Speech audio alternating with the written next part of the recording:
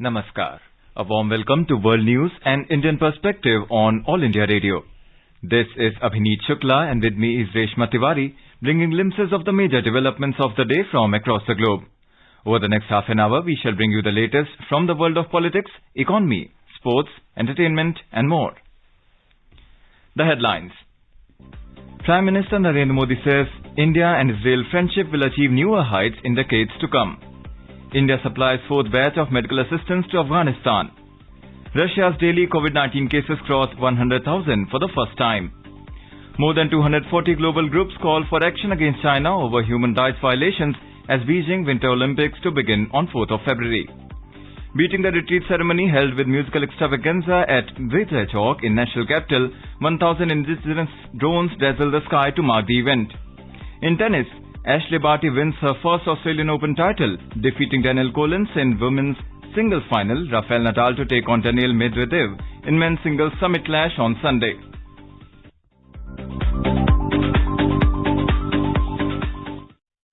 As the number of COVID-19 cases are rising fast in several parts of the country, we appeal to our listeners to be vigilant and get fully vaccinated and help others, including children between 15 and 18 years, to get vaccinated. As the new Omicron variant of coronavirus is causing concern, please continue to follow the 3 simple steps to stay safe. Wear a face mask, maintain 2 gaz ki duri for social distancing, and focus on hand and face hygiene. For any COVID-related information and guidance, contact the national helpline numbers 011-2397-8046 and 1075. And now the news in detail. India's Prime Minister Narendra Modi has expressed confidence that the India and Israel friendship and mutual cooperation will achieve newer heights in decades to come. Mr. Modi said this in his message on the 30th anniversary of India-Israel full diplomatic relations. जब भारत अपनी स्वतंत्रता की 75वीं वर्षगांठ इस वर्ष मना रहा है, जब इजराइल अपनी स्वतंत्रता की 75वीं वर्षगांठ अगले साल मनाएगा और जब दोनों देश अपने राजनयिक संबंधों की 30वीं वर्षगांठ मना रहे हैं, 30 वर्ष के इस महत्वपूर्ण पड़ाव पर मैं आप सभी को बधाई देता हूं। मुझे पूरा विश्वास है कि भारत इजराइल दोस्ती आने वाले दशकों में आपसी सहयोग के नए कीर्तिमान स्थापित करती रहेगी। The Prime Minister said the history of the relationship between both the countries is a very old one. He said there has been a strong relationship between the people of India and Israel for centuries. Mr. Modi said Jewish community has contributed a lot in development journey of India. Bharat का मूल स्वभाव है सैकड़ों वर्षों से हमारा यहूदी समुदाय भारतीय समाज में बिना किसी भेदभाव के एक सौहार्दपूर्ण वातावरण में रहा है और पनपा है। उसने हमारी विकास यात्रा में महत्वपूर्ण योगदान दिया है। आज जब दुनिया में महत्वपूर्ण परिवर्तन हो रहे हैं, भारत इजराइल संबंधों का महत्व और बढ़ गया है। As part of its ongoing humanitarian assistance, India has supplied the 4th batch of medical assistance consisting of 3 tons of essential life-saving medicines to Afghanistan. The same was handed over to the Indira Gandhi Hospital, Kabul. The Ministry of External Affairs in a statement said that India stands committed to continue its special relationship with the people of Afghanistan and provide humanitarian assistance. In this endeavor, New Delhi had already supplied 3 shipments of medical assistance consisting of 5 lakh doses of COVID vaccine and essential life-saving medicines to Afghanistan. The ministry said the same was handed over to the World Health Organization and Indira Gandhi Children's Hospital, Kabul. The UN head of World Food Programme, WFP, has again expressed concern over the humanitarian crisis in Afghanistan. It has expressed concern that Afghan people have resorted to selling their children and parts of their bodies to survive. WFP Chief David Beasley has once again urged the international community to expedite aid delivery to Afghanistan as over half of the population is starving in the country. Talking to German broadcaster Deutsche Welle, Mr. Beasley said Afghanistan is struggling with drought, a pandemic, an economic collapse and the effects of years of conflict. some 24 million people are experiencing acute food insecurity. More than half the population will be facing famine this winter, and 97% of the population could fall below the poverty line this year. The India-ASEAN Digital Work Plan 2022 has been approved at the second ASEAN Digital Ministers meeting. The meeting was held in virtual mode yesterday and co-chaired by Indian Minister of State for Communications Deva Singh Chauhan and Myanmar's Minister of Transport and Communications Admiral Tin Aung San. The work plan includes systems for combating the use of stolen and counterfeit mobile handsets and Wi-Fi access network interface for nationwide public internet. It also includes capacity building and knowledge sharing in emerging areas in information and communication technologies such as Internet of Things, 5G, advanced satellite communication and cyber forensics. Addressing the gathering of digital ministers, Mr. Deva Singh Chauhan emphasized that information and communication technologies, ICT, enable and strengthen democratic systems and institutions. Foreign ministers of the Association of Southeast Asian Nations, ASEAN, will meet next month to discuss humanitarian aid for Myanmar, the current chair of the grouping, Cambodia said on Saturday. Cambodia's foreign minister and ASEAN special envoy, Prak Sokhonn, is preparing for his first visit to Myanmar, the foreign ministry said in a statement. Russia's daily coronavirus cases exceeded 100,000 on Saturday for the first time since the pandemic began, the coronavirus task force said. Russia confirmed 113,122 new daily infections, setting a record high for a 9th consecutive day, which the authorities blame on the spread of the Omicron variant.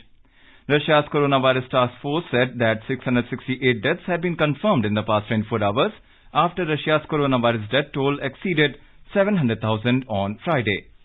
Police in the Canadian capital of Ottawa are bringing in reinforcements as hundreds of truckers gather in the city for a planned rally against vaccine mandates. Thousands of people are expected in Ottawa as part of the Freedom Convoy, calling for an end to vaccine mandates and COVID-19 restrictions. Parliament Hill, in the heart of the city, has been slated to be the meeting point for the weekend protest. Trucks and cars began arriving in downtown Ottawa on Friday as the number of protesters soared.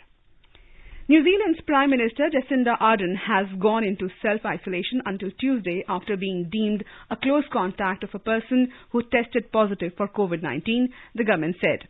The exposure took place on January 22nd during a flight to Auckland from the town of Kerikeri, the government said in a statement on Saturday.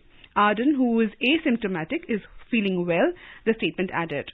She will be tested on Sunday and is in isolation in line with the Health Ministry's directives. In today's Hotspot section, we bring a discussion on the road ahead for India-UK Free Trade Agreement talks.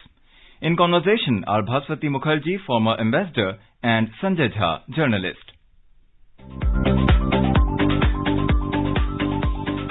India and the United Kingdom have concluded the first round of negotiation as part of the free trade agreement between the two countries. The negotiations were held virtually over weeks and saw the coming together of technical experts from both countries for discussion in 32 separate sessions covering 26 policy areas.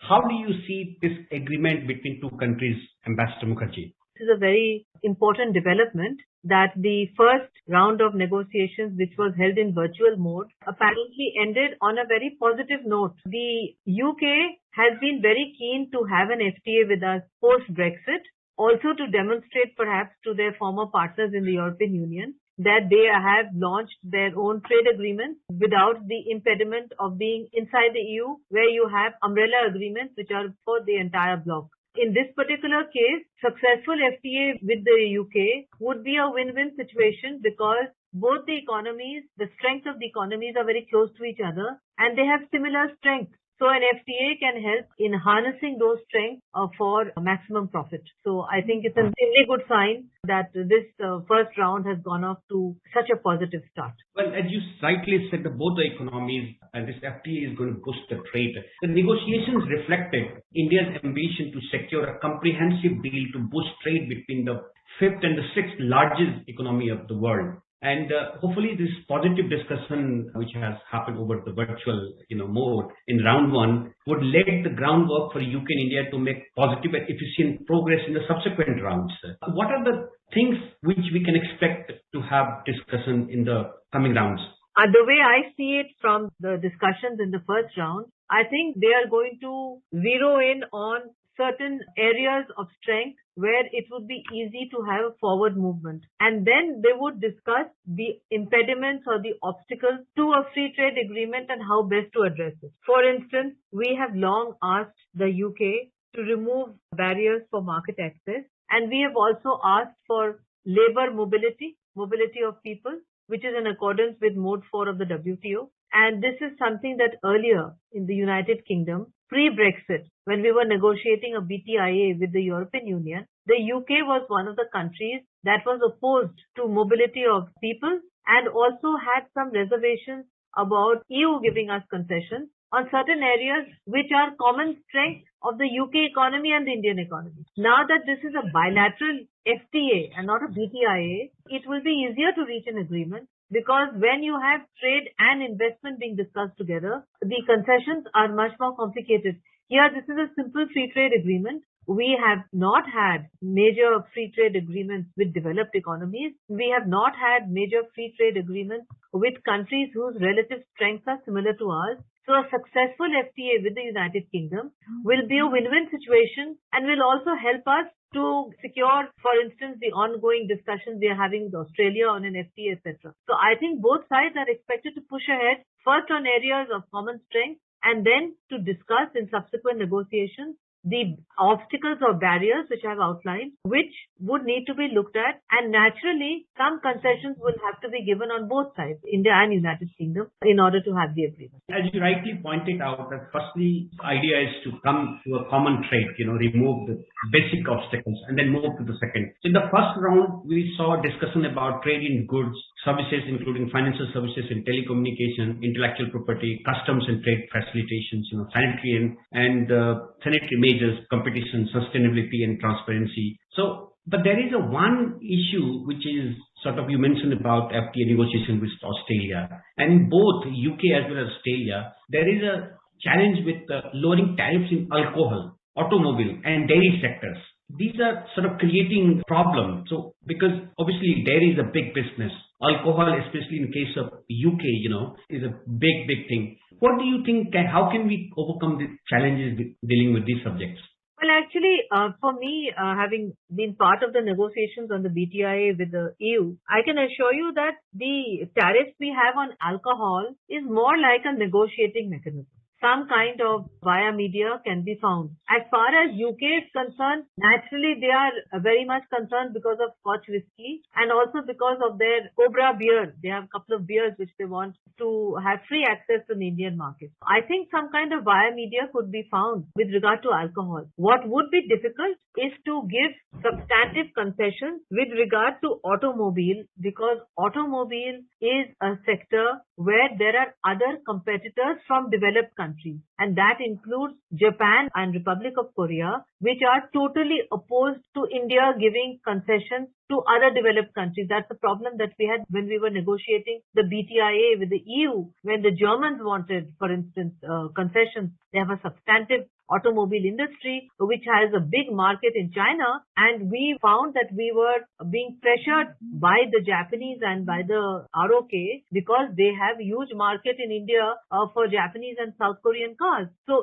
this would be a much more delicate negotiation. As far as dairy products are concerned, again, you may have seen the very interesting discussions which took place, for instance, when Canada and EU had a free trade agreement. Dairy products, farmers, anything to do with farmers, as we very well know in India, as the Europeans know, as the British know, and as the Australians know. Concessions on dairy business will have to be very carefully discussed, because yes, we do want help from developed countries with regard to developing our cold chain so that we can also export our dairy products. But if we open up our markets without giving due protection to our own industries in dairy farming, then any government of the day would be criticized that we are not protecting our own nascent industry which is coming up. So again, both dairy products and automobiles are much more delicate subjects than alcohol, lowering the tariff on Scotch whisky or allowing some British beer to come into our market with lower tariffs. For me, that's not such an important thing. I think if we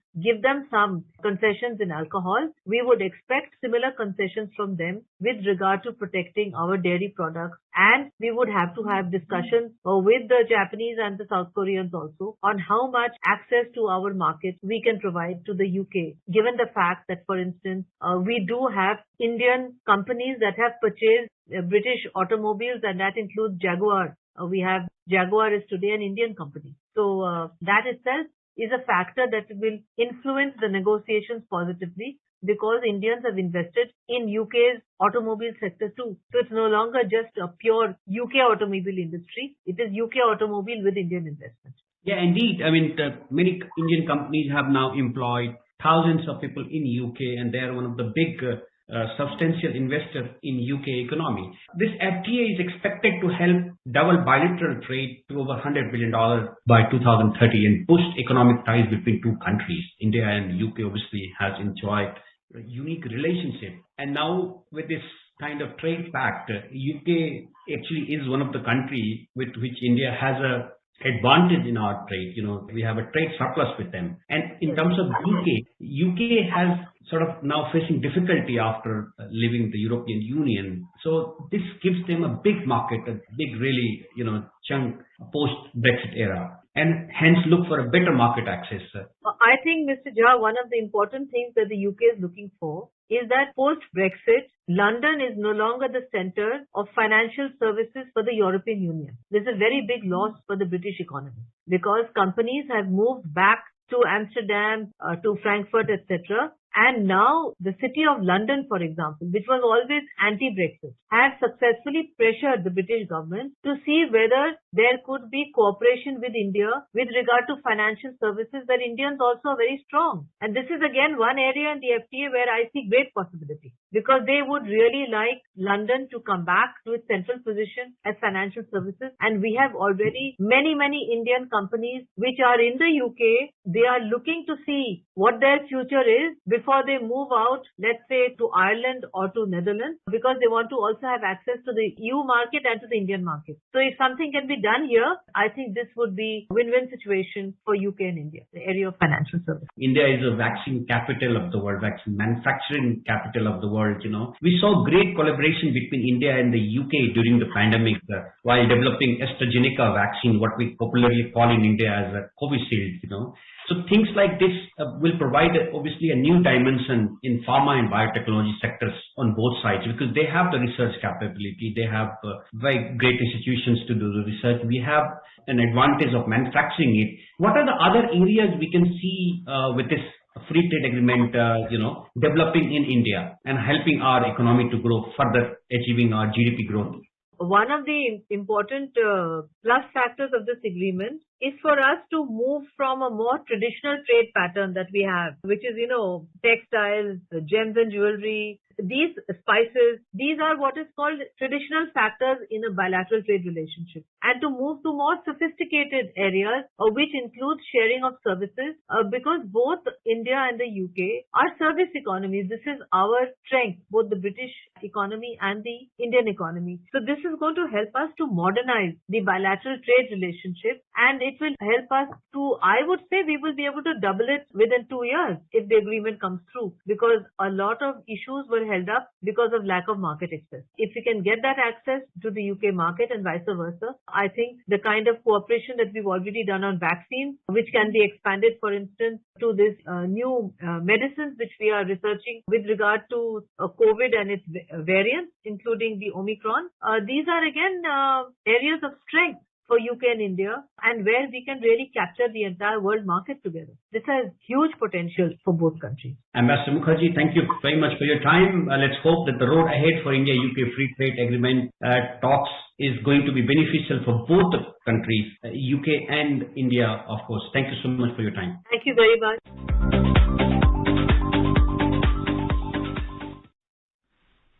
This is All India Radio giving you the news. For quick news updates round the clock, follow us on Twitter at AIR News Alerts. The Beating the Retreat ceremony was held at the historic Vijay Chowk in National Capital of India on Saturday evening.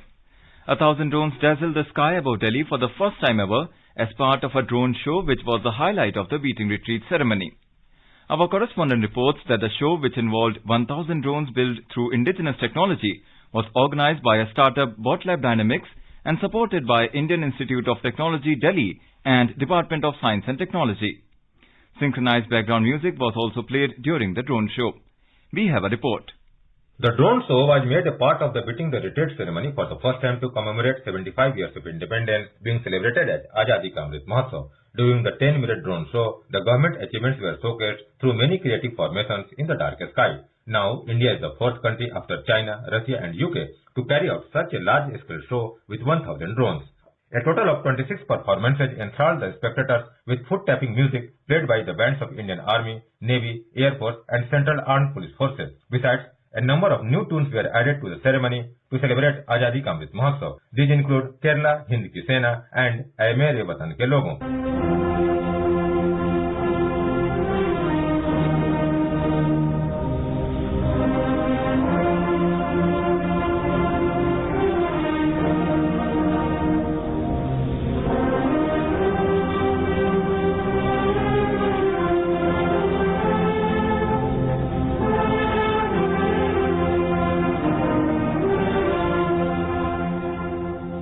The event came to a close with the ever-popular tune of Sare Jahan Se Acha.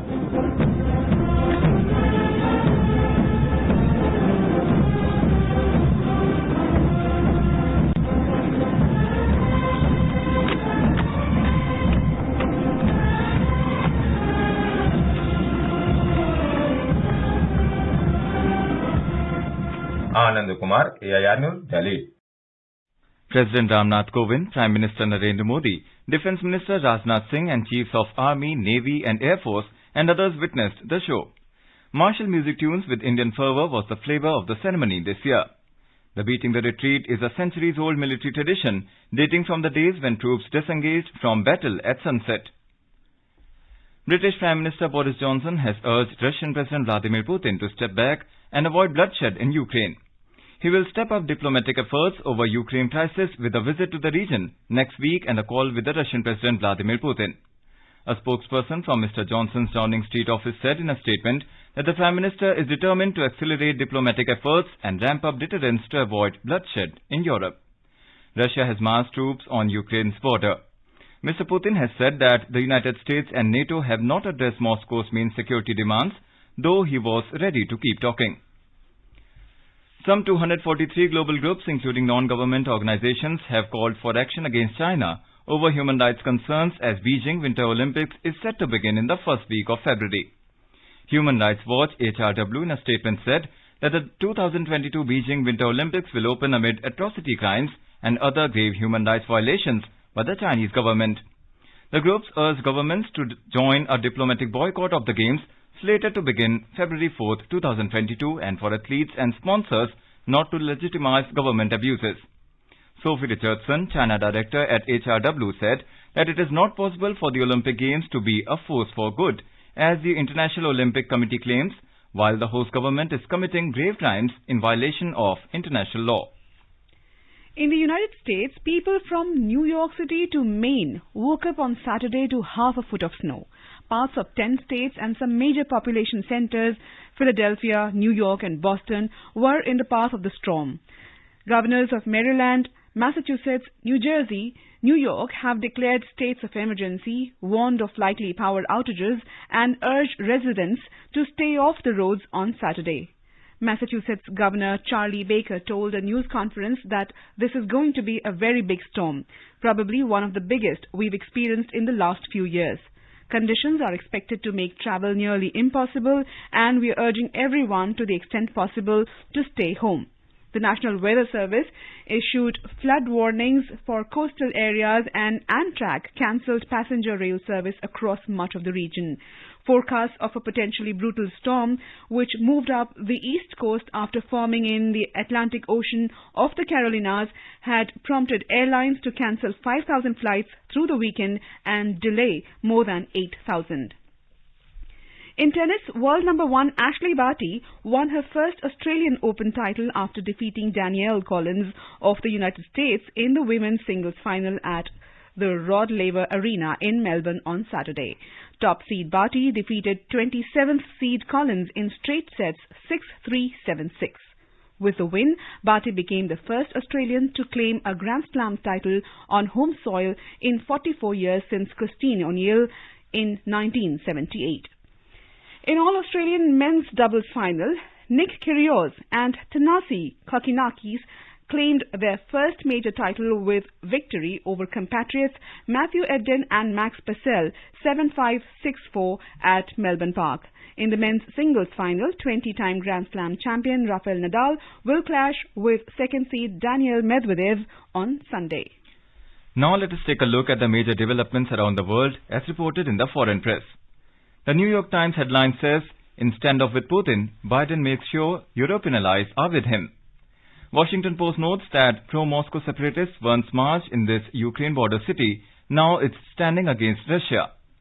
Financial Times reports, US warns Russia has sufficient military assets for Ukraine invasion. The Japan Times writes, number of at-home COVID-19 patients in Japan up 14-fold in 2 weeks. Now let us have a look at some brief news reported in press about China. Daily Mail writes that China is embarking on a mission that has renewed concerns about spying. It plans to send about up to 13,000 satellites in space, a mega constellation that will encircle the Earth in the lower orbit. Nikkei Asia writes that China and Russia appear to be entering a new and deeper phase of military cooperation that threatens to upset the established security order in East Asia. Reuters reported that US Vice President Kamala Harris met her Taiwanese counterpart in Honduras briefly. Harris told reporters she spoke with William Lai about their shared interest in Central America and the US government's root causes strategy to curb migration. Let's have a brief look at some important news covered by press on Nepal. NepalNews.com reports that as many as 60% of those tested in Kathmandu are found to have been diagnosed with coronavirus infection. Number of people turning to test the virus infection has increased with the rapid transmission of pandemic, and 55 to 60% among them are diagnosed with coronavirus infection, Kathmandu Metropolitan City sources claimed. Kathmandu Post headline reads, Plight of digital artists against copyright infringement. It says that most digital artists prefer to name and shame businesses who use digital artwork without permission in social media instead of pursuing legal action against copyright infringement. And there are some brief news about Bangladesh reported in media. Opposition Bangladesh Nationalist Party BNP has decided in principle to launch a movement soon to press the demand for general elections under a non-party caretaker government. The BNP decision came a day after the parliament passed the bill for the formation of Election Commission in Bangladesh, reports Pratham Alo. The BNP also discussed the issue of forming a greater alliance of political parties about the one-point demand. A quick look at the headlines once again. Prime Minister Narendra Modi says India and Israel friendship will achieve newer heights in decades to come. India supplies fourth batch of medical assistance to Afghanistan. Russia's daily COVID-19 cases crossed 100,000 for the first time. More than 240 global groups call for action against China over human rights violations as Beijing Winter Olympics to begin on 4th of February. Beating the retreat ceremony held with musical extravaganza at Vijay Chowk in national capital, 1,000 indigenous drones dazzled the sky to mark the event. In tennis, Ashley Barty wins her first Australian Open title, defeating Danielle Collins in women's singles final, Rafael Nadal to take on Daniil Medvedev in men's singles summit clash on Sunday. And now before we end, let us listen to Mahatma Gandhi's favorite bhajan Vaishnav Jan by artists from United Kingdom.